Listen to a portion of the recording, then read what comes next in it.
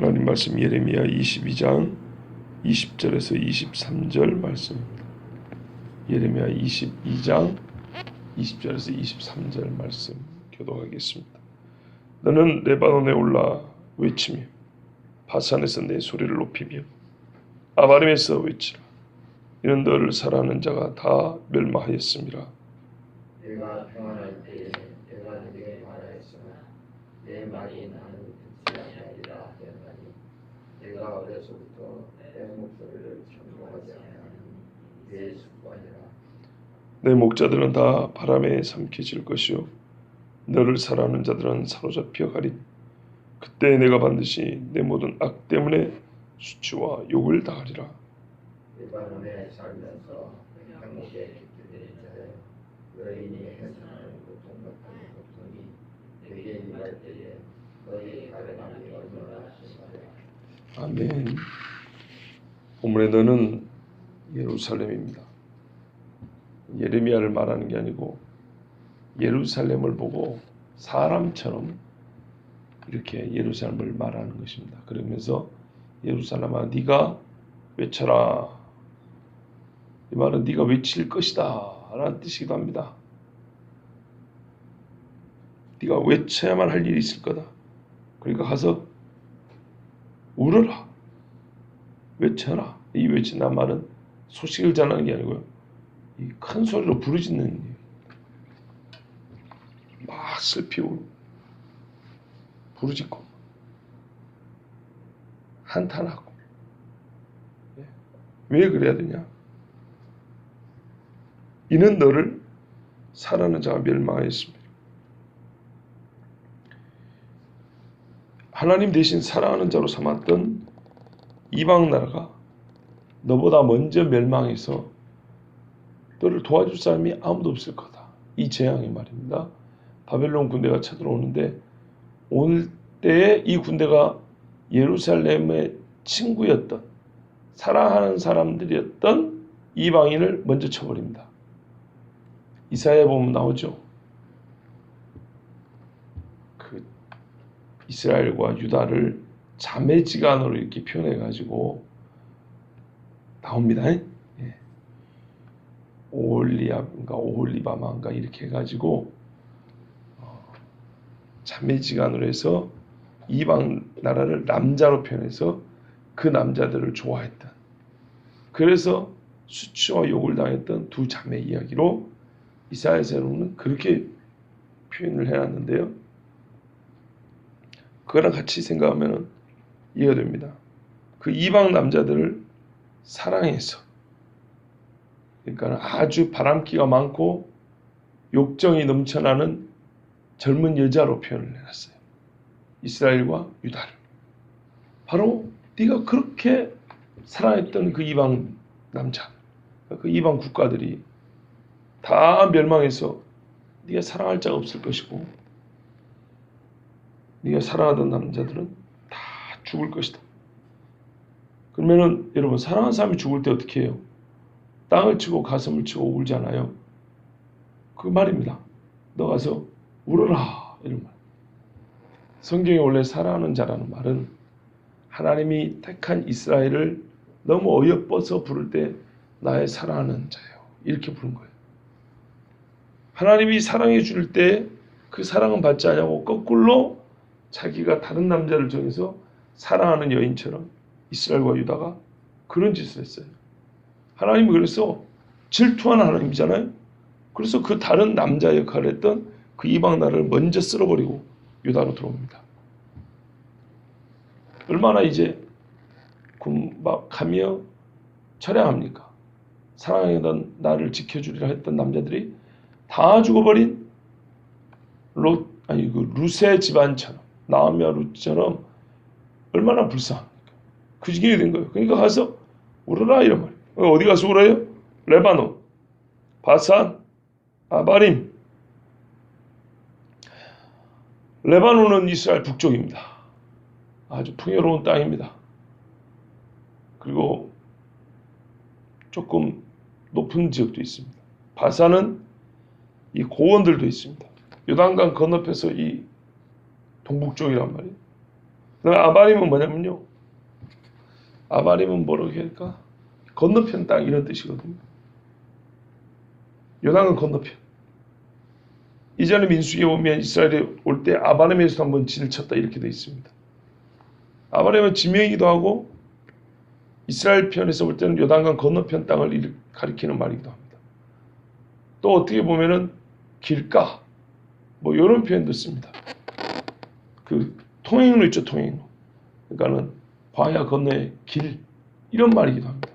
그러니까는 무슨 말이냐면 이스라엘 땅 주변을 둘러싸고 있는 땅들, 그러니까 이스라엘 주변 나라들, 풍요롭기도 하고 지대가 높기도 하고, 즉 그러니까는 그 풍요로운 데 가서도 어울리지 않게 막 울어라.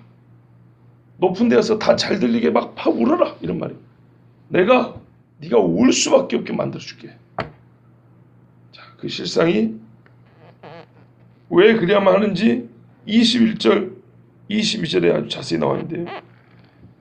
21절에 보십시오. 왜 그러냐? 먼저는 이 이스라엘, 그 유다의 잘못된 이 속마음 때문이에요. 그들이 갖고 있던 못된 마음 때문에 일이 비롯됐어요. 네가 평안할 때 내가 너에게 말하였으나 네 말이 나는 듣지 않냐리라 이렇게 했다는 거예요. 그냥 소극적으로 무시하고 안 들은 게 아니고 적극적으로 거부했다는 얘기입니다. 안 들어 이렇게 했다는 거예요. 사람이 평안할 때 그러죠? 평안할 때 되게 그래요. 잘 나갈 때 그래요. 하나님의 말씀에 대해 거부 의사를 분명히 합니다. 내가 요즘에 이렇게 좀 잘 나가는데 됐으니까 당신들이 안 믿고 나한테 그런 소리 하지 마세요. 이런다고요. 신명기 32장 15절에 이런 말씀이 있습니다. 그런데 여수르는 의로운 자 또는 바른 자 이런 뜻으로 이스라엘을 귀하게 부를 때 표현하는 게 여수룬이라고 합니다. 예수룬이 그럽니다. 여수는 즉 이스라엘이 기름짐의 발로 찼도다. 네가 살찌고 비디하고 윤택함에 자기를 지신 하나님을 버리고 자기를 구원하신 반석을 업신여겼도다. 여러분 신명기 말씀이니까 아직 가나안에 들어가기 전입니다. 근데 가나안에 들어가면 반드시 이럴 거라고 거의 확정적으로 얘기합니다. 과거형으로. 실제로 이스라엘이 이랬다는 겁니다. 가나안에 들어가서 살만하고 먹을만하니까 하나님 어떻게 말씀 안 듣는다고 적극적으로 됐습니다 했다는 거예요. 그러니까 선지자들 잡아 죽인 거죠. 이사야 48장 8절에도 네가 과연 듣지도 못하였고 알지도 못하였으며 내 귀가 예적부터 열리지 못하였나니 이는 내가 정령 배신하여 모태에서부터 네가 배역한 자라 불린 줄을 내가 알았습니다. 안 듣고 자꾸 마음을 안 열더라는 거예요. 왜 그런가 봤더니 너는 엄마 뱃속에서부터 배신자라는 거예요. 자, 오늘 말씀 보세요. 네가 어려서부터 내 목소리를 청조하지 아니함이 네 습관이라. 이사야가 말하잖아요. 예레미야는 조그만할 때부터 하나님 말씀 안 듣는 게 네 습관이고 이사야는 네가 이미 엄마 뱃속에 있을 때부터 배신자다 배신자. 이렇게 얘기합니다.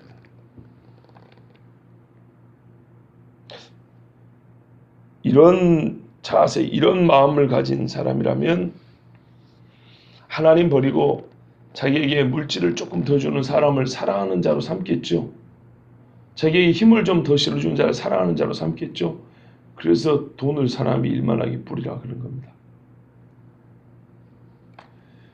사람의 생각하는 바가 어려서부터 이 지경이라면 이거 우리 들은 적이 있거든요. 노아 시대 말입니다. 사람들의 생각이 어려서부터 악함이라 이렇게 되어 있거든요. 그러면 노아 시대 특징 중에 하나가 어려서부터 사람이 생각하는 바가 악하다 그랬어요. 그래서 멸망을 당했잖아요. 유다를 볼 때 하나님은 네가 어려서부터 내 말을 청조하지 않냐고 아주 돌같이 굳은 말과 네 마음대로 사는 것이 네 습관이다 그랬어요. 그러면 하나님은 일관적이고 신실하신 분이니까 이제 망할 때가 됐다는 뜻이죠. 맞죠? 그러면 요 시대를 보세요. 어느 때보다 어린애들이 나쁜 짓을 많이 하고 어른 말도 듣지 아니하고 마음이 완악하고 저희들이 좀 배웠다고 조그마한 것들이 벌써부터 엄마는 모르니까 이딴 소리를 하면서 뭔가 폭력적이고 음란한 것들에 취해 삽니다. 이쯤 되면 예수님이 하신 말씀이 인자가 올 때는 노아의 때와 같나니 어울리죠? 그러면 망할 때 됐다 이 말입니다.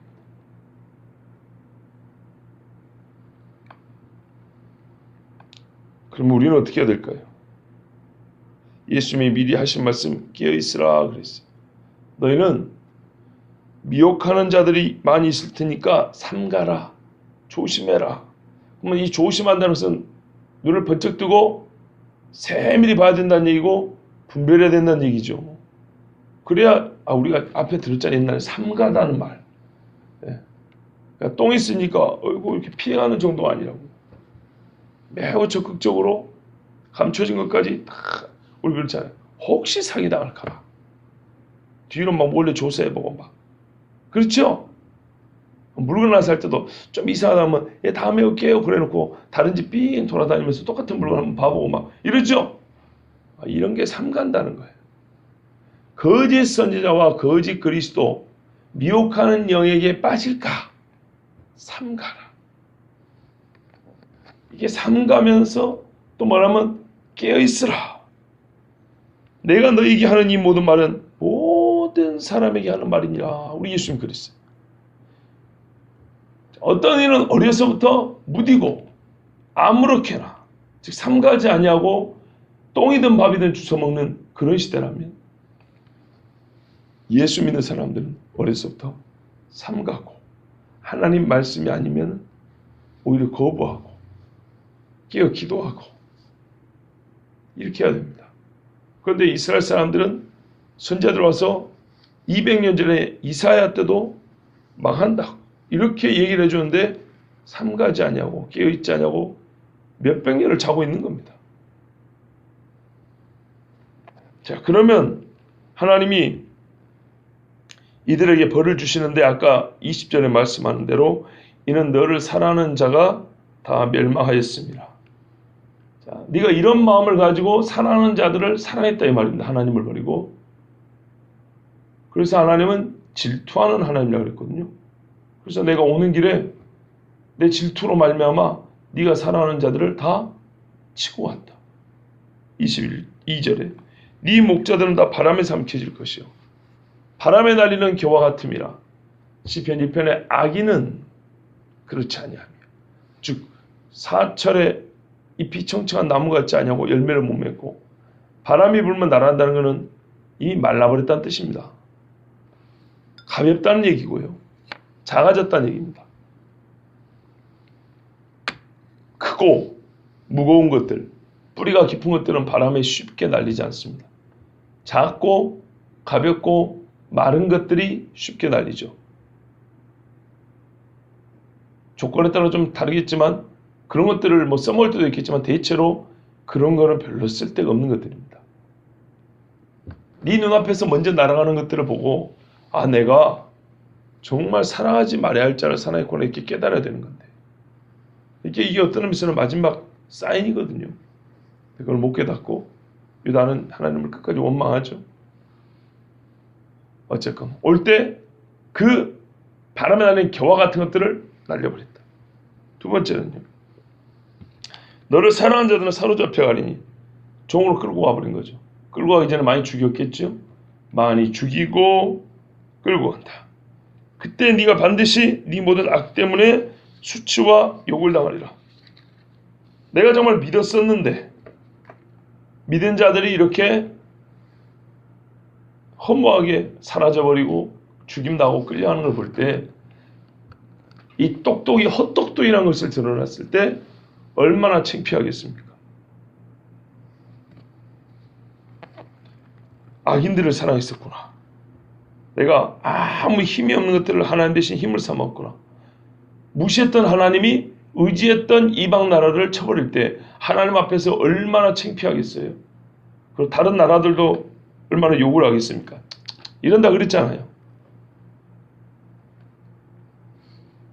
이 험한 것들을 믿고 지금까지 하나님 앞에서 큰 소리 치면서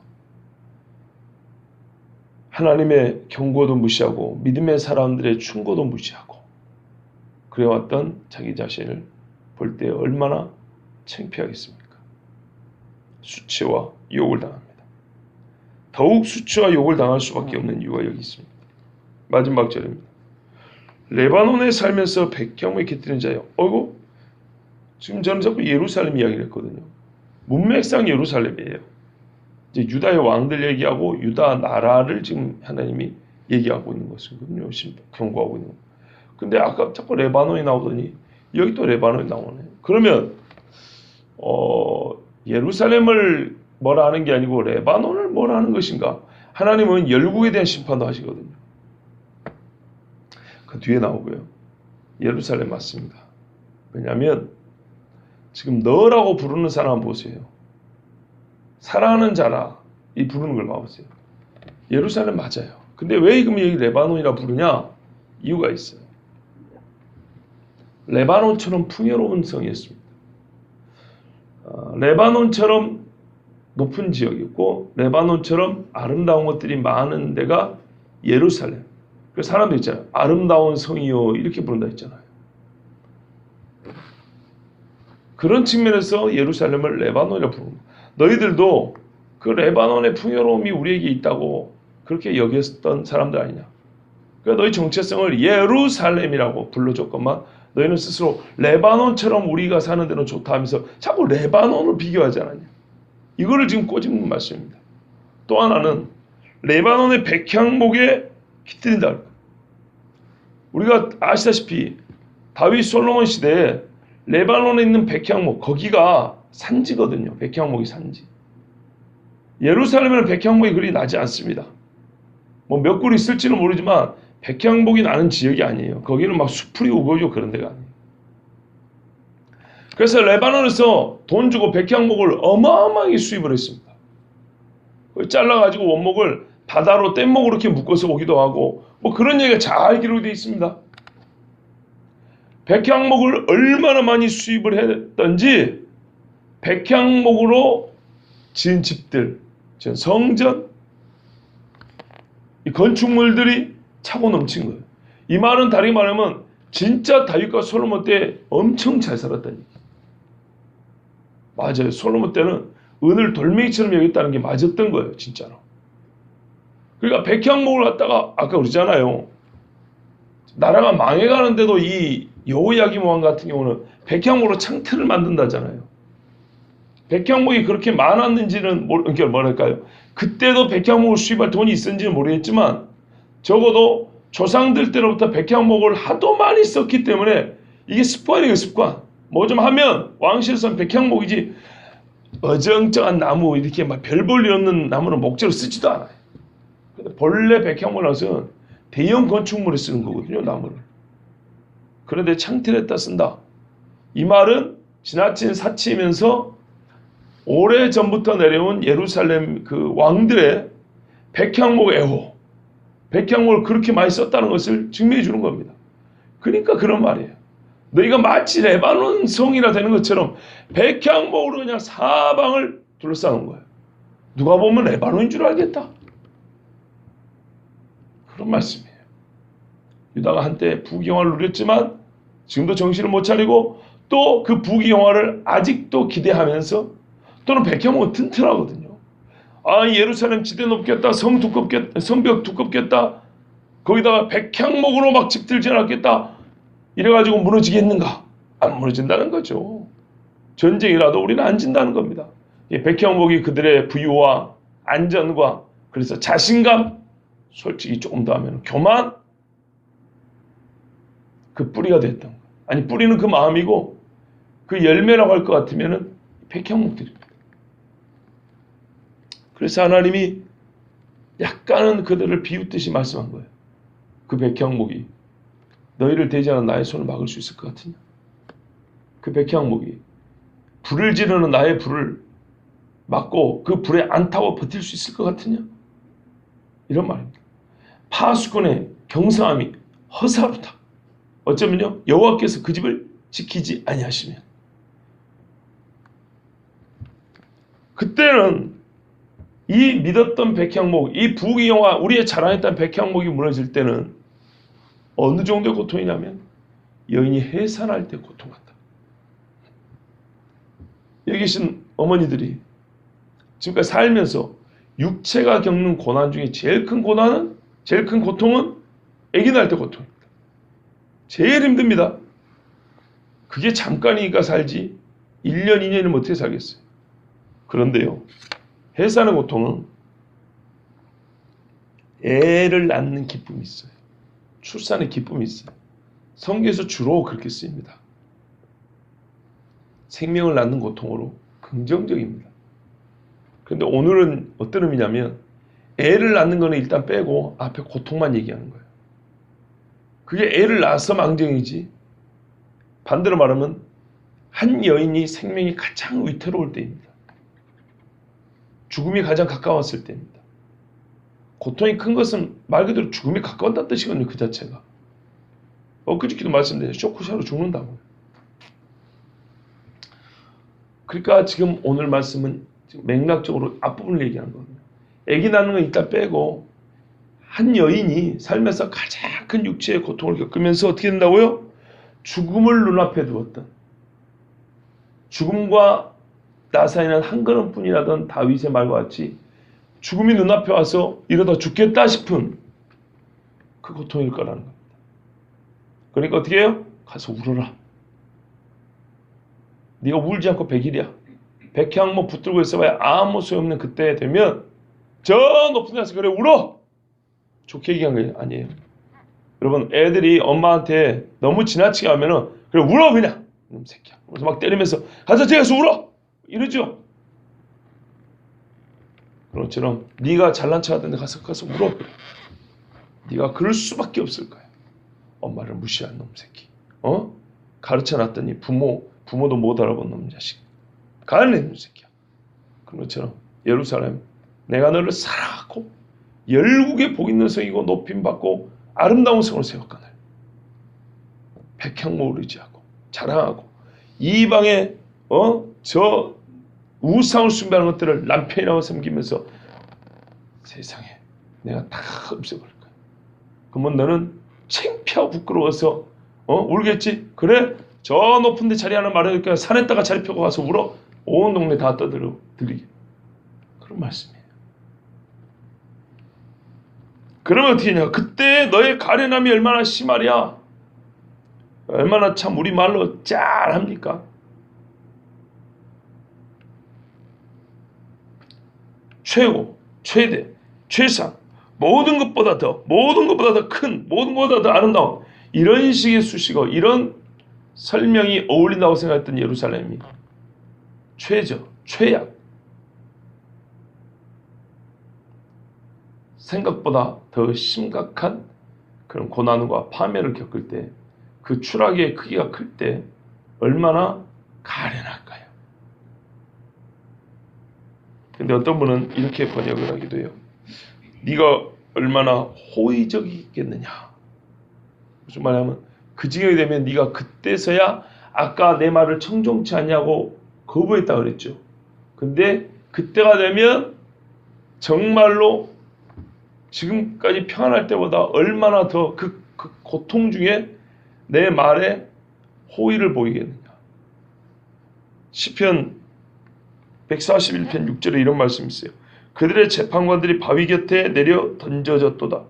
그러니까 유다 이스라엘의 높은 사람들 재판관들이 바위에 내동댕이 칠 때야 그때서야 너희가 여호와의 말씀이 단 줄 알고 이게 쓴 게 아니고 단 것이었구나 깨닫고 내 말이 달므로 무리가 들으리로다 이렇게 돼 있거든요. 높은 사람들 땅바닥에 내동댕이 칠 때야 하나님의 말씀이 꿀보다 달았구나 하고 그때서야 달려와서 주여 말씀하옵소서 우리가 듣겠습니다 이런다는 거예요. 근데 번역에 따라 그렇게 돼요. 그래서 이게 그들의 처지만 생각하면 가련하기 그지없구나 이러면서 또 다르게 번역을 하면 그 지경이 되면 너희가 그때서야 여호와의 말씀이 달구나 하고 나한테 몰려들 것이다. 그러니까 또 가련하지 않아요? 예? 그러니까 그 모습도 가련한 거예요. 여러분, 오늘 말씀을 통해서 듣게 되는 중요한 메시지가 여러 개가 있지만 이거를 쉬운 표현으로 우리의 매우 일상적인 교훈으로 전해드리면 이렇게 말씀할 수 있겠습니다.